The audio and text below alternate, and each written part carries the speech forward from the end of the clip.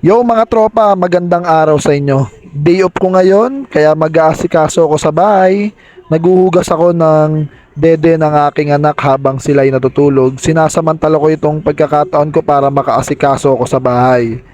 At yun na nga, nagising na yung bunso ko.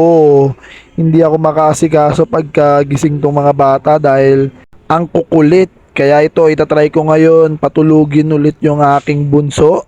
Nagpapanggap akong unan at nakayakap sa kanya para makatulog lang siya mga tropa. Kaya ngayon naiintindihan ko na mga tropa, hindi rin pala madali yung pagiging housewife. Na all around sila sa bahay. Sila ang naglilinis, nag-aasikaso sa mga bata at sa iba pa. Kaya minsan pagka uwi ako galing sa trabaho, makikita ko yung asawa kong pagod. Nilalambing ko yan para mapawi yung kanyang pagod. Pero yun, nasobrahan, nagkaroon kami ng bunso.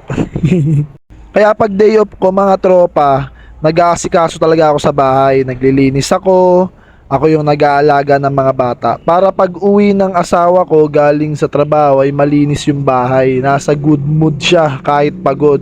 Yun na lang yung pambawi natin sa asawa natin mga tropa eh. Yung uwi yung asawa natin na malinis yung bahay. Tapos syempre, pagbibigyan natin yung asawa natin para habang nakaupo siya, nakangiti siya.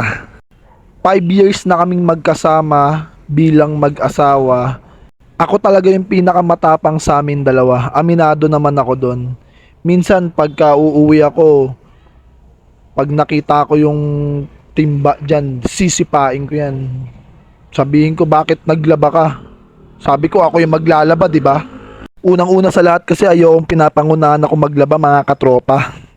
Feeling ko kasi natatapakan yung pagkalalaki ko. Tapos pulis pa ako. Pangungunahan ako ng ganon. Hindi pwede yun mga katropa. Ang dami ko ang inaaresto na kriminal eh. Tapos gagayonin ako ng asawa ko. Na high blood na naman ako mga katropa. Nagagalit na naman ako. Maghuhugas nga muna ako ng plato para mawala yung galit ko. At yan na, nag-aalmusal na kami ng aking bunso mga tropa. At dumating na yung mag-aalaga ng anak ko. Ito, nag-aayos na ako, babiyahe ako papuntang palengke para mamili. Ito na rin yung time ko para mamalengke dahil wala na akong time eh. Pag umuwi ako, gabi na.